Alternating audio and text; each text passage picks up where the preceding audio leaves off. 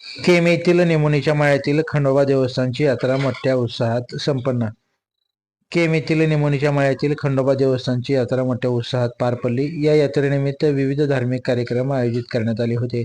येथील जय मल्हार मित्रमंडळाने जेजुरी येथून ज्योत आणली होती. ही ज्योत केम येथे आल्यानंतर फटाक्यांच्या आतिषबाजीने जोरदार स्वागत करण्यात आलं.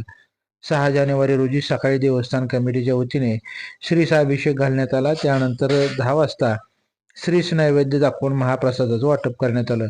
सायंकाळी नित्यनेमानं पालखीने 5 वाजता गावात प्रस्थान झालं.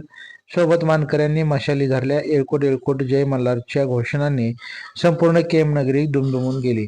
पालखीच्या दर्शनासाठी भाविकांनी गर्दी केली होती. चौकात पालखी आल्यानंतर भारदस्त असा वाघ्या मुरळीचा कार्यक्रम संपन्न झाला. यामध्ये 10 तापे सहभागी झाले होते. हा कार्यक्रम तब्बल 4 तास झाला. कार्यक्रम पाहण्यासाठी केम व परिसरातील नागरिकांनी तुडुंब गर्दी केली होती.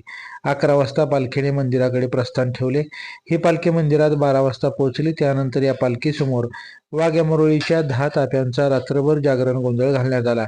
सकाळी 8 वाजता खंडोबाचे भक्त हरी वाघे यांनी हाताने लंगर तोडला. हा लंगर पाहण्यासाठी भाविकांची गर्दी झाली होती. त्यानंतर खंडोबाची आरती होऊन या कार्यक्रमाची सांगता झाली.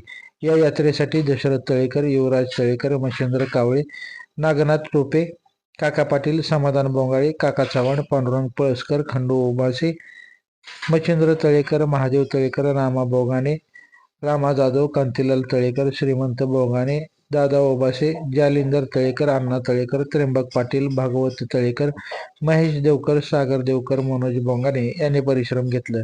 चौकात मुरळ्याच्या कार्यक्रमासाठी केम पोलीस चौकीची रणदिवे यांनी पोलीस बंदोबस्त चोख ठेवला होता. लाईव्ह महाराष्ट्र झोन न्यूजसाठी करमाळ तालुका प्रतिनिधी संजय जाधव.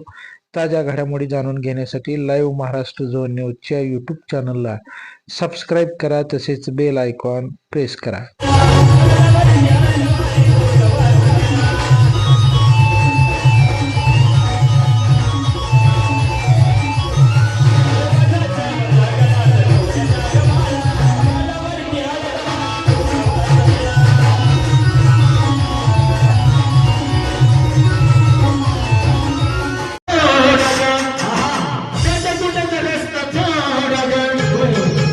त्याच्या पायाला नाव टाकलं